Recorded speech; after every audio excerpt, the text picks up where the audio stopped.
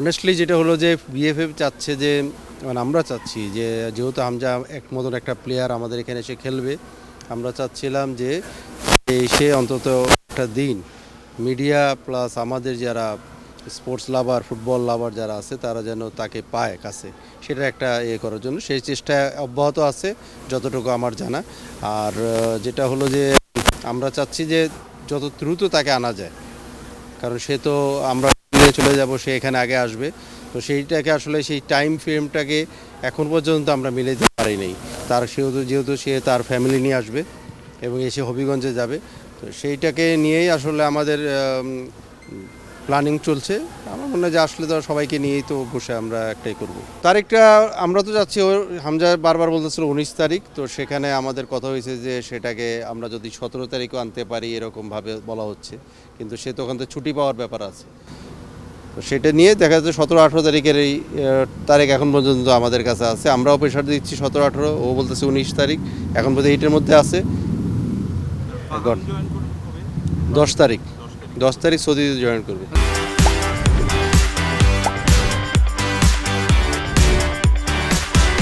যে আজকে তো আমাদের প্রথম অনুশীলন শুরু হলো। আপনারা দেখলেন যে আজকে আমাদের প্রায় 28 জন নিয়ে আমরা শুরু করেছি। 2 জন বাকি আছে, 2 জন পরবর্তীতে একজন হয়তো সৌদি আরবে জয়েন করবে, আরেকজন পরবর্তীতে আমাদের সাথে শিলংয়ে যাবে। তা আমি মনে করি আমাদের এবারের চ্যালেঞ্জটা আমাদের জন্য খুব বড়, কারণ নতুন কমিটি আমরা চাবো যে এবছরের শুরুটা আমাদের মানে দেশের বাইরে শুরুটা যাতে ভালো করে করতে পারি, এবং ইন্ডিয়া সবসময় একটা হেভিওয়েট দল, তাদের সাথে যাতে আমরা ভালো করে খেলে যাতে জয়টা নিয়ে আসতে পারি সেই আশাই আমরা করব। হামজাকে নিয়ে প্ল্যানটা কি? আমরা যেটা জানি যে শিলংয়ে ওর সাথে বেশ কয়েকজন যাবে, ও প্রাইভেট ফিজিও নিয়ে আসতেছে বা এরকম না, আমরা এই ধরনের কোনো আমরা প্রাইভেট ফিজিওর ব্যাপারে আমি শুনি নাই।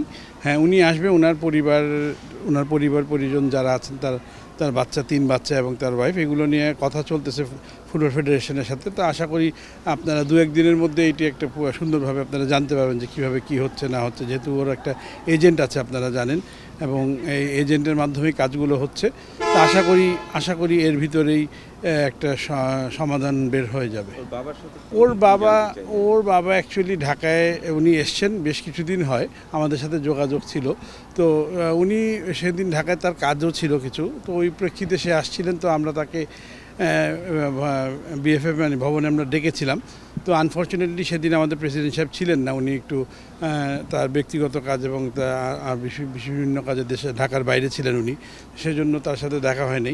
তো উনি বসছেন, আমাদের সাথে কুশল বিনিময় করেছেন, খাবার দাবার করেছেন, এবং আমরা ওনাদের সাথে আমাদের প্ল্যানটা আমরা একটা কথা বলেছি যে কীভাবে আসলে কীভাবে কোনটা হলে ভালো হয়, এগুলো ব্যাপারে কথা হয়েছে। না, কোনো ডিমান্ড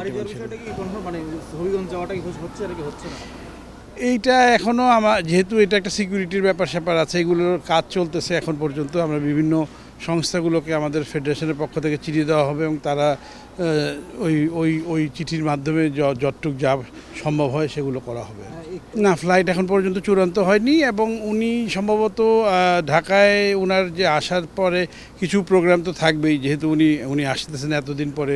আমাদের বিএফএফ থেকেও থাকবে, আপনাদের সাথে যেহেতু সংবাদ মাধ্যমে এতদিন ধরে প্রতীক্ষায় রয়েছে, তাদের সাথেও তার একটা আপনাদের প্রেস কনফারেন্স তো থাকবেই, এগুলো তো থাকবে, এগুলোর মধ্যেই সব কিছুর মধ্যে এগুলো থাকবে।